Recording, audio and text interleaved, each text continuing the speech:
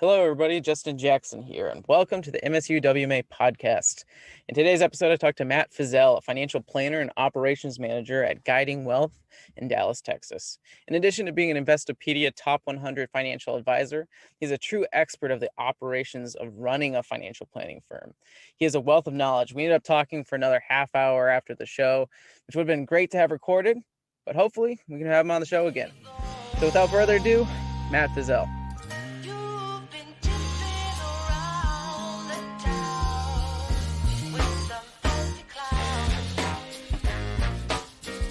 All right, Matt, thank you for coming on. Yeah, thanks for having me today, Justin. Yeah, so could you just start off by telling everybody who you are, where you work, what your current position is, and then we can talk more about how you got there after that. Yeah, absolutely. So my name is Matt Fizell. I'm currently in Dallas, Texas. It's a little warmer than Justin has up there in Michigan today, but I work for a fee-only RIA called Guiding Wealth here in Dallas, and we serve primarily those who are nearing retirement. They've had a successful career, and just helping them manage that transition into retirement. And I am a associate financial planner there, and also the operations manager. So just really quickly, do you mind describing what the operations manager position means in that? Yeah, so operations is something that often you don't learn a lot about in financial planning, when you're going to school or sitting for your CFP. But it's really just making sure that day-to-day functions of the firm are happening and happening smoothly. So whether that's working with clients to get them scheduled for meetings, doing the prep work for that, making sure the CRM's up to date, handling anything at TD Ameritrade or whoever you're custodying your assets with. Just making sure that there's no really outstanding friction points, in the firm. So that can, again, be everything from, client service to working with vendors and custodians, and just improving the processes of the firm to make the things you do every day go a little bit smoother. Nice. So do you mind telling us how you got to this point? You've had a little bit of a non-traditional path, and I think that story would be really cool. So do you mind sharing where you started out? Like, what was your introduction into the industry? Yeah, absolutely. So I graduated from the University of Wisconsin. So sorry for the MSU folks out there. I'm a Badger. Go Badgers. But I graduated there in 2015 and came out with a financial planning degree and jumped into a role at Thrivent Financial as a financial associate, which was a fancy word for insurance salesman. This I didn't know really until I got into the role. There was some turmoil there at the beginning. It was, I think, a very unique experience in the sense that the person who actually hired me, who promised comprehensive financial planning and was going to be working a part of the team, he actually got promoted to an entirely different role in the Chicago area about 4 months after I had started there. So it was a really quick turn of, okay, this is going to be a team thing, going to be working with multiple CFPs to now you have to go sell insurance. And it drastically altered my perception of the company and really what that experience was going to be right out of the gate. So you were literally offered a position as like a junior planner or something like that, like a paraplanner doing like more administrative type things. And then they said, go sell insurance. Is that basically what happened? For a easy, simple way to understand, sure. Yeah, there was going to be some requirement, to like go find clients and do things like that. But it was going to be more of a team atmosphere versus, okay, now you're kind of on your own situation. So that was totally okay with me. I actually had some sales-based internships in college. And so I wasn't really overly intimidated by that. But what I learned is there really wasn't a place to serve people like myself, and quite honestly, serve people like you, Justin. I'm only 28, so not too many years ahead of you there. Yeah. And it was just one of those things where I could, get people started with some term life insurance, maybe some disability insurance if they didn't have any, through their employer, get them started with the Roth IRA. But in a system like that, they really want you to be working with high net worth clients. They want you to be writing large amounts of premium or writing large annuities, and that's how you earn your commission, and that's how you eat, and earn your paycheck. So I learned pretty quickly that it just wasn't going to be a long-term fit for me, and ultimately That would have been June of 2017, I think. I And actually did you already almost have your CFP at that point? So your CFP education at that point? I did have the education. I Okay. hadn't taken the exam yet. And I actually did take the exam towards the end of my time at Thrivent the first time, and I failed. Would highly recommend not working, 50 or 60 hours a week in that environment, trying to study for the CFP. I knew Yeah. going into it, I was like, there's no way I'm going to pass this, but I couldn't get my refund. And I thought, well, I'll just go see like what the exam's actually like and prepare for it better the next time. And we'll get to that here in a minute. But as I was wrapping up my time at Thrivent, it really just got to the point where I had found my first higher net worth client. I think he had like $5 or $6 million of essentially liquid net worth. And I was really excited to, do some real financial planning with that. And I'll never forget my managing partner that day asking me, so how big of a whole life application did you write today? And it was at that moment I was like, oh my God, is this what financial planning is? Is this what being a financial advisor is like?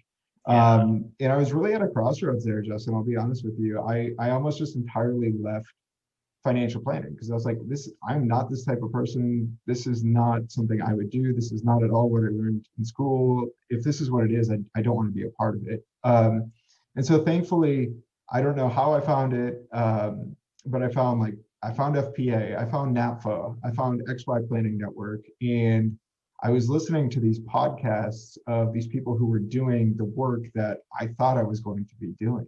And that was kind of like my saving grace there on financial planning. So what I did is just research some people in the Madison area, since that's where I was still living at the time, who were part of NAPFA and who were doing fee-only advising. And I actually met an advisor in the area. His name was John. And I reached out to him. I said, hey, John, like, I see you used to work at Northwestern Mutual. You used to, be an insurance agent too. And now you're running your own fee-only RIA. Like, what was that like for you? And could you just grab a coffee with me and, walk me through what I'm experiencing right now at Thrivent? And so he agreed. John and I had coffee. And by the end of the hour and a half that we sat there, just talking about financial planning and why we wanted to be financial advisors and what I was learning at UW and the CFP curriculum, he's like, I actually think we could use a little help around the office. And he offered me essentially a job. He labeled it more as an internship, and we didn't really know what it was going to look like, but I'm so thankful for that opportunity. And it did really save me from leaving the profession as in a whole. So yeah. So what did that job end up manifesting? Was it an internship that lasted a little while and you got a taste of it and you moved on to something else, or did you stick around there for a little while? Yeah, so this will just be a little piece of advice for those listening. We didn't really have any expectations for what that role was going to be. We had talked about, if it goes well, like we can discuss longer term employment, full-time employment versus just part-time, help.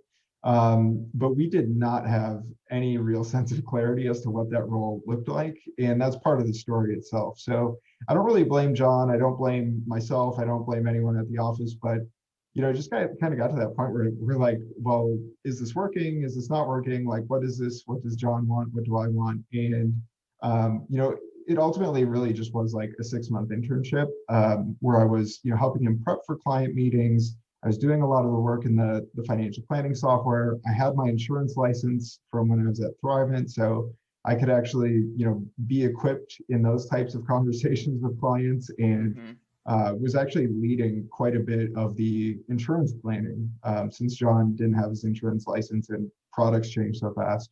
It was actually a really big value add that I could bring to his practice. And so as we started to get to that point where we're like, well, what is this? Where is this going? Kind of like an awkward third date, I guess you could say. Pretty official. Yeah, we just decided that it wasn't going to be a good long-term fit based on, where John was with his family and wanting to be there for his kids and not wanting to grow the practice and not really wanting to spend a ton of time training a new advisor at that point in his life. And so, we parted ways, and there was a brief period there where I stayed on, just kind of coming in and helping him when he really needed it. And I was like, this is really valuable for John, and he doesn't need a full-time employee to do these things. I wonder if there's other advisors out there who are kind of in the same position as John. And so me being me, I was just like, okay, I'm gonna try and find 3 other part-time jobs and basically create a full-time job out of a bunch of part-time jobs. Yeah. And my goal at that point in time was to actually go start my own firm. And I Like thought a it'd whole be, separate RIA or like just an LLC or something. yeah, I was gonna, the end game was to start my own RIA one day, Got it. but I was gonna use this business that I made, this paraplanning business, this virtual paraplanning business before pandemic set in and Yeah. everyone's working virtually. So I joked that I did it before it was cool. Um, but it was one of those things where I ended up finding 3 other planners who needed that. So I had a total of 4, and I was working about 10 hours a week for each of them, and being exposed to 4 completely different ways of people doing financial planning. These were all fee-only RIAs, and I thought, oh, they almost do the same thing. Well, I learned pretty quickly that everyone has their own, variation of how they're doing financial planning, how Yeah. they're using technology, how they're making their processes, how they handle things. And that's really where the passion for operations stemmed from is, I could see what one planner was doing well and what one other planner wasn't doing well. And I could just say, hey, like this other person's trying it this way, or I've seen this with this technology, or this software works this way and this one doesn't. And so I really just became fascinated with how financial planners were using the tools that they had to run their business. And it really, I guess selfishly, helping everyone get on the same page and building out processes made my life a lot easier. Working with 4 different personalities is its Yeah. own special hell, for lack of a better term. And so, helping everyone get on the same page and finding a good way to do things was just something that helped me be more effective in my role. So that's really where the genesis of my operations passion came from. But yeah, that's really what that business looked like. And how long did you do that for? Was that So a couple actually, of years?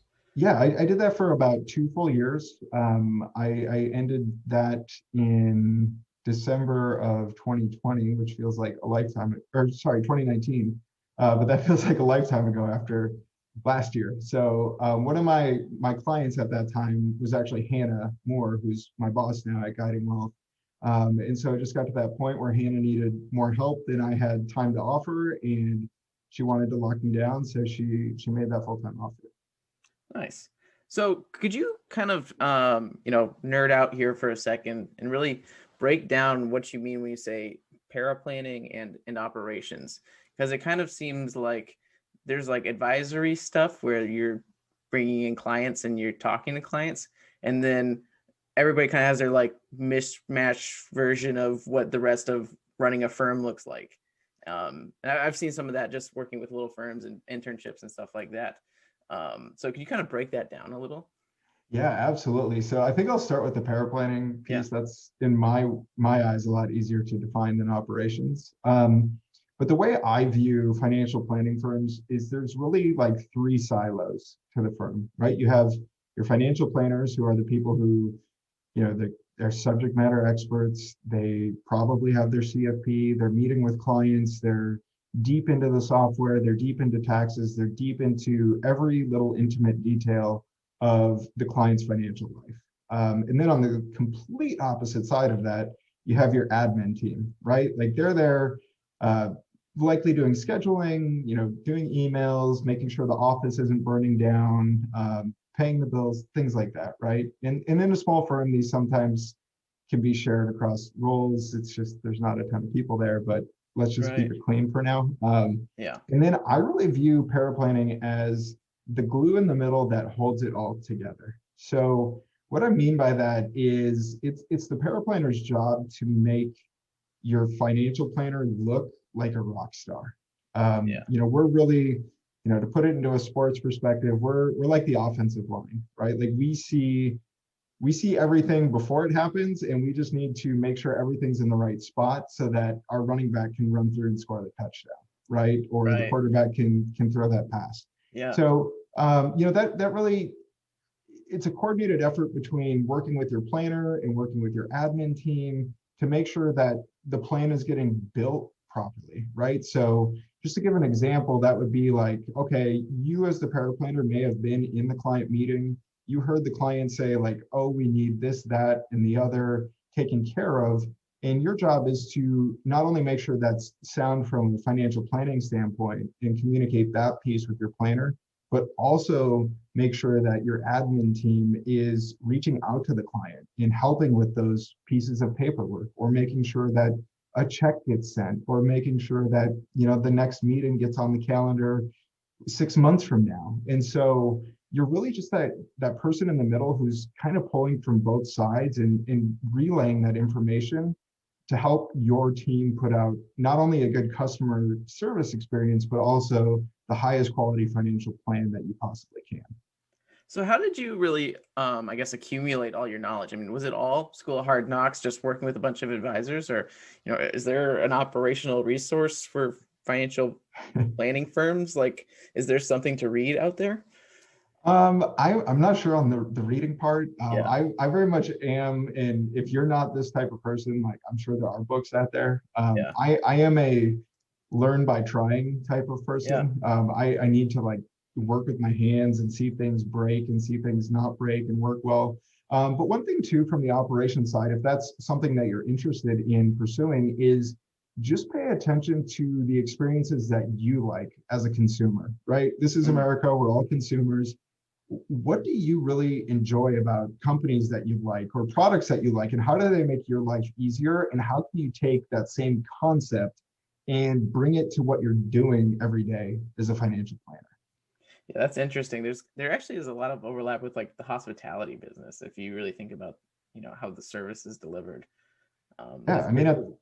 at the end of the day, we really are just service people, Yeah. service people who know a lot about one topic, right? And so, it's just one of those things too, where how can we make this easier for a client, right? Like, is it easier for them to have to go find their login to eMoney Vault so that they can upload a thing? Or is it easier for them to fill out paperwork so that they can get a check from TD Ameritrade? Or is it easier to just have them sign a paper one time at the beginning, and then we can process all those distributions from the back end? And how do you make those processes of the client having a good experience shorter and tighter so that less can go wrong within them?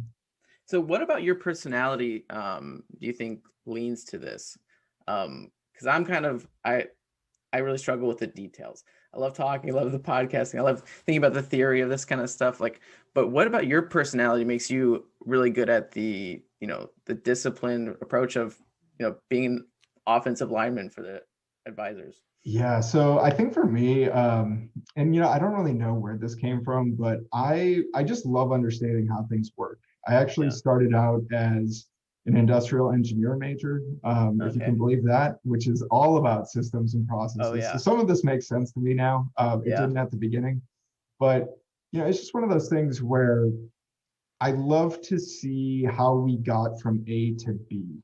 And the more I can learn about those things in between A and B, the better I can prepare. I think honestly, like a lot of it stems from sometimes I have really bad anxiety. And the more I can just know about a situation, like Yeah. the less anxious I feel. And so that's part of the reason, selfishly again. But it's just one of those things too, where I think it's just so interesting to watch how people use things and to notice behavior and where pain points happen and how we can avoid those pain points, right? Like I like to help people.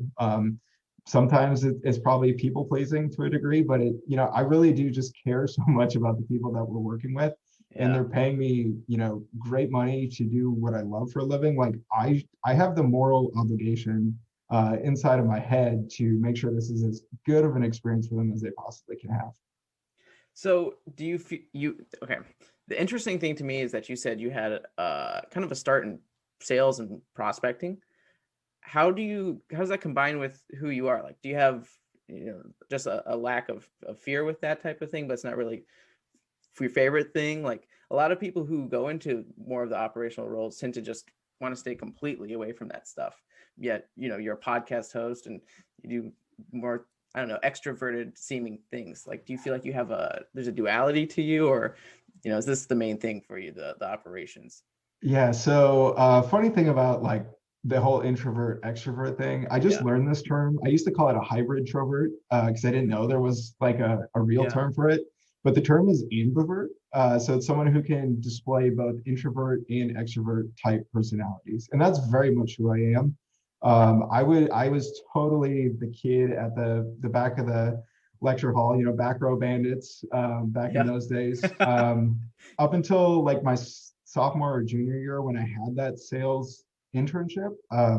It's probably a program on your campus as well. I know they were there when I was in the program. It's called College Works Painting, where Yeah. they teach you how to run an exterior painting business in like 6 months. And so part of that, plug for College Works maybe if this is what you want to be exposed to and get experience in, but you have to build a marketing plan around knocking on people's doors. And when I started, I was mortified. I was like, wait, what? Like I signed up for this and now I have to go knock on people's doors. But what I learned is there's so many people out there who will just tell you no because they're having a bad day or it's just not the right time. And I think once you learn that and you're convicted about what it is you're doing, and I would assume most of the people watching this who are in a financial planning major or who are thinking about it, like you just at the end of the day you want to help people. And if you're so convicted about that, you're just going to have to be ready to hear some no's because there's a lot of fun stuff out there that people would rather do than sit down and do a financial plan. And that's just part of the game. So I think that experience really gave me a lot more of that extrovertedness, but from my genesis, I'm definitely an introvert, and I think that's where I can turn it on and turn it off. And so I think even from a what I like to do standpoint, like the processes and the operations side really lets me channel that introvert and like digging into the nitty gritty of things. But I love to be in client meetings. I don't mind going out and talking and telling people what I do and trying to bring them on as clients either. So outside of financial planning, are you energized by people, or do you like having your downtime outside of work? Both, if you could believe it. I can totally believe that. I'm the same way. I'm the same way. So and it's one of those things too. I can find a way to be an extrovert, like even when I'm doing things by myself. And some people, when I tell them these kind of stories, they're just like, well, that's weird. But I don't mind going to like an event where none of my friends may have the interest in this event that I'm interested in, but I'm going to go to it anyways. And by the time I leave, like I'll probably have one or two friends there. I'll probably never see them again, but that doesn't stop me from, being genuinely curious about people, or, if I see something that I can relate to, like having that conversation and just asking them about it, or why they have that shirt, or why they, like the team. You see a ton of Packer fans down here in Dallas, so I'm not afraid to like talk to them about Wisconsin things. And that's just who I am. Like if I'm genuinely interested in something, like I'm just going to go for it. In worst case scenario, like you end up where you're at already. Just be genuine. And I think you'll make connections, and that's kind of how I approach it. But there's also times where, all my friends are going out and it's like, no, like I just want to sit and like do blogs or play video games or something like that. So yeah, I can totally relate with that. I think I love seeing my best friends 2 to 4 times a year. And that's a lot like being a financial planner seeing your clients, Yeah, love it. I'm going to use that one. So kind of switching topics here. So you're a co-host of You're a Financial Planner Now What podcast. I mean, what's been your journey kind of into that? What was it like? What's it like talking to all these advisors? Have you had a natural interest in podcasting? How did that kind of come about? Yeah, so that was, it's just part of the crazy story, right? So it's kind of how I got to Dallas in the first place.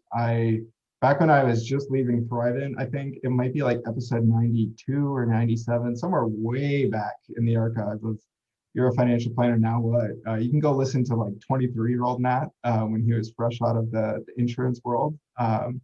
And so Hannah had interviewed me way back then. It was maybe 6 or 8 months after that. She was pregnant with her first child, and she's like, I'm going to need some help. And I had that paraplanning business. And so that kind of happened. And then over time, like she just continually was busy with things at FPA. And she's like, hey, like, you seem like someone who can talk and you're passionate about financial planning. Like, would you like to be a co-host? And so I kind of went full circle, on the whole podcast thing where I was the nervous person who had never really had much interest in podcasts, who had never been on one, all the way now to hosting. And so what I really enjoy about the podcast is it's a platform for me to go find those people that I am genuinely excited about what they're doing or what I find interesting. And I think it's a really cool way to not only help, people like yourself or other new financial planners, but a lot of times they're just people I want to learn more about what they're doing and like how it works, why it's important. It's very much my engineer brain kicking in. And I just get to record it and share it with the world. So I think that's really cool. It never feels like work except for scheduling and all that fun stuff. So do you see have you seen any trends that are kind of, I don't know, unique or interesting takeaways just after talking to a bunch of advisors? Yeah, I think it's really cool, and it's going to be really interesting to see how the past year really accelerates this. But I feel like financial planning is starting to get to this point where we don't have to put on a face in the morning. Like we're not here trying to promise returns. That's kind of been dead for a while.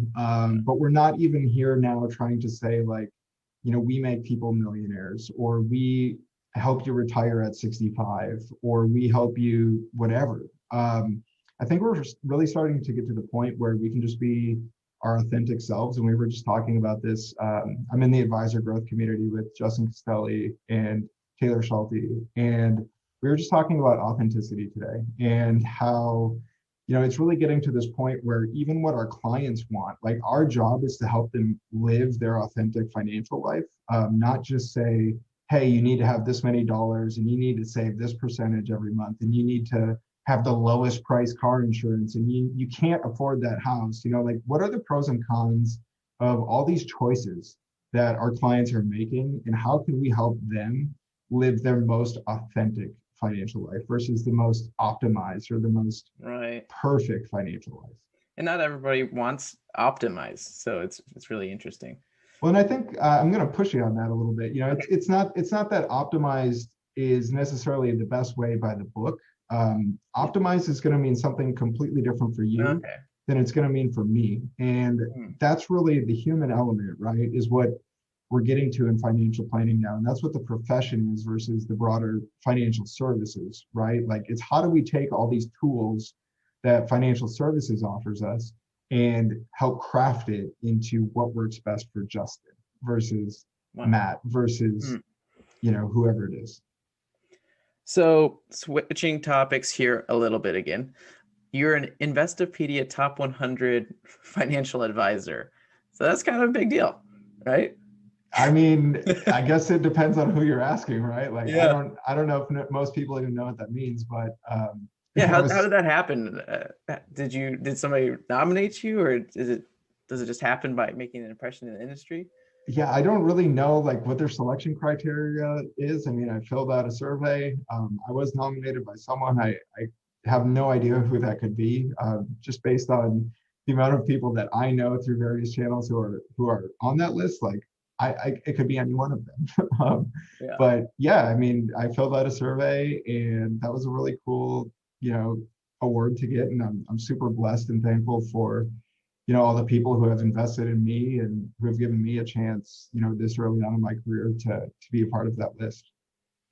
So why are you a financial advisor? Like, I'm sure there's a lot of other things you could have been, like an engineer, etc.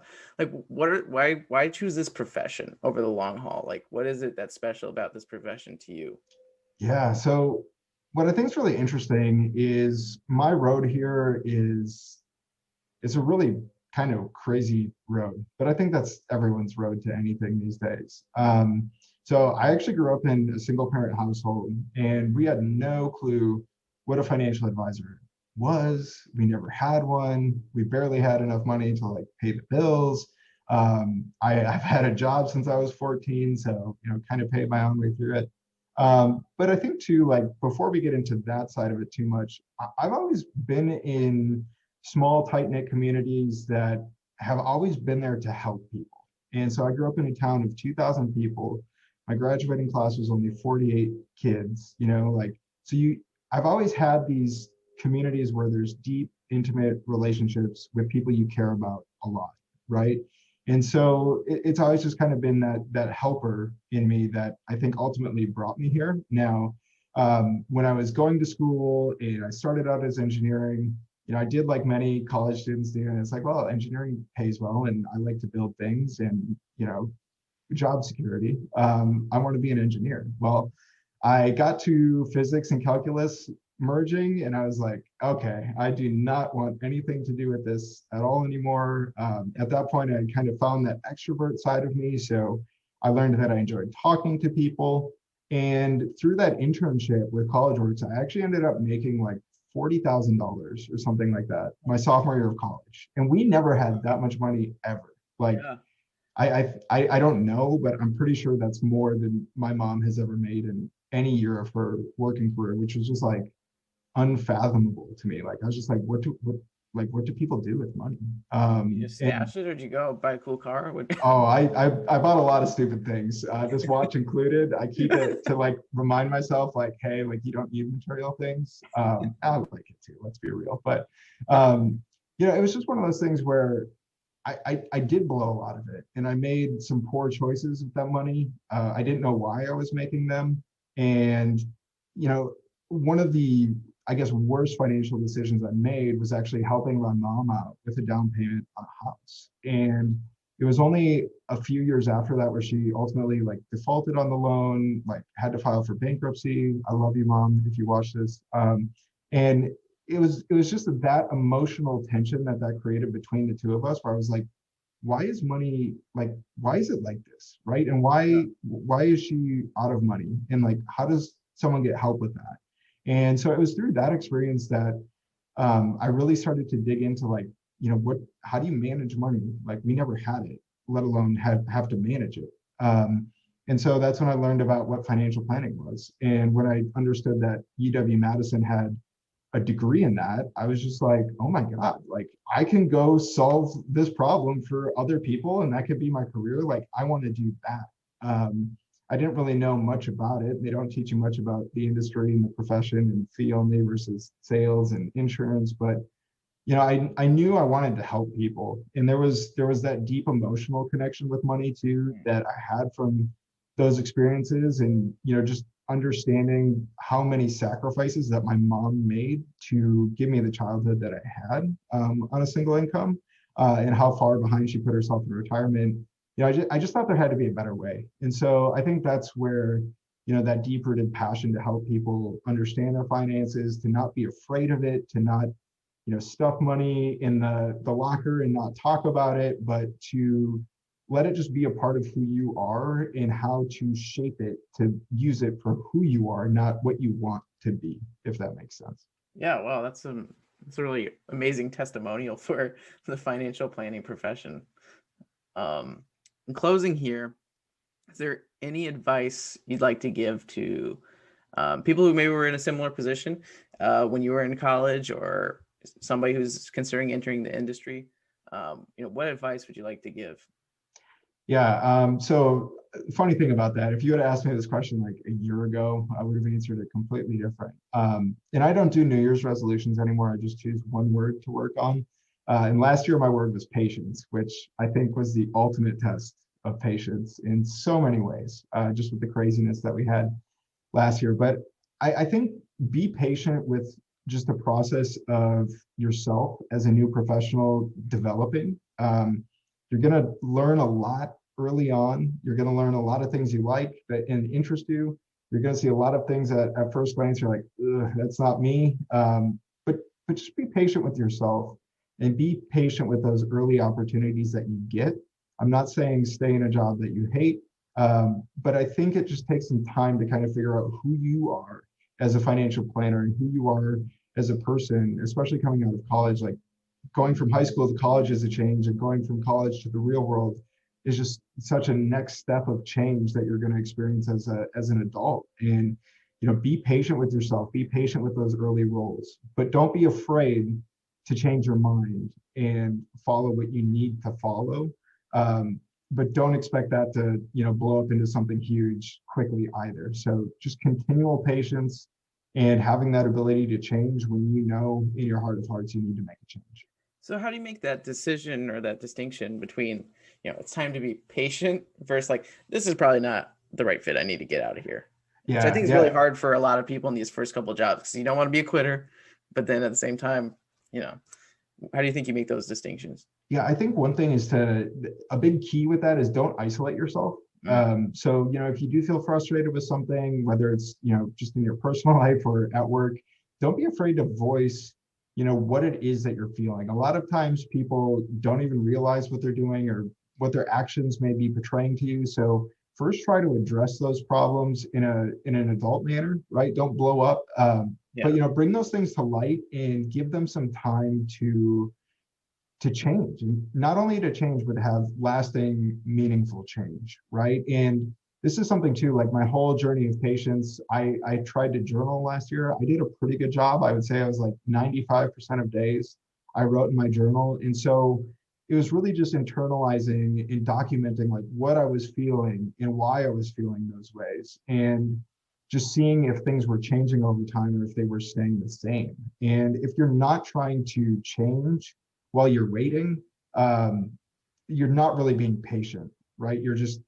delaying the inevitable at that point. So having that ability to understand what it is either you need to change or things you need to bring up to try and inspire change in your current situation, and giving that time to play out over 6 months or a year or whatever it is, just be patient with it. But you can't sit there, do nothing and expect anything to change. That's the definition of insanity.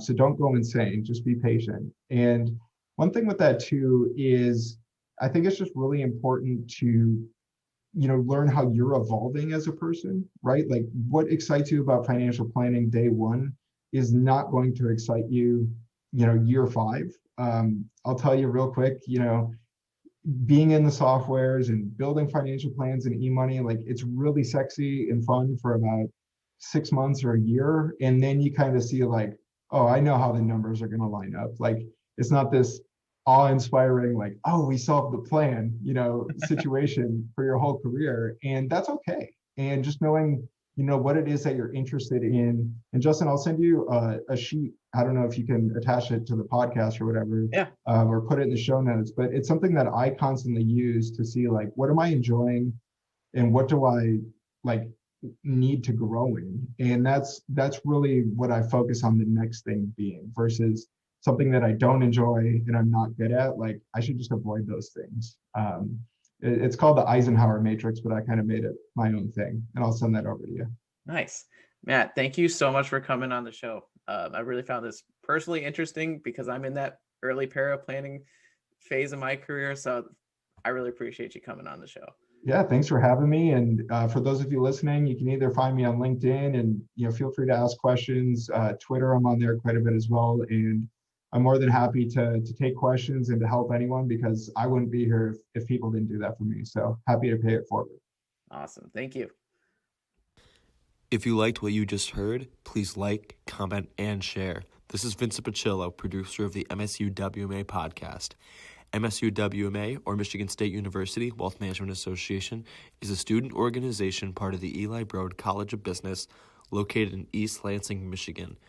Our mission is to inspire and educate the next generation of financial planners. Thank you for listening to today's episode. If you enjoyed it, please check out our channel on all platforms such as Spotify and Apple Podcast. And check out our social media at MSUWMA and MSUWMA.com.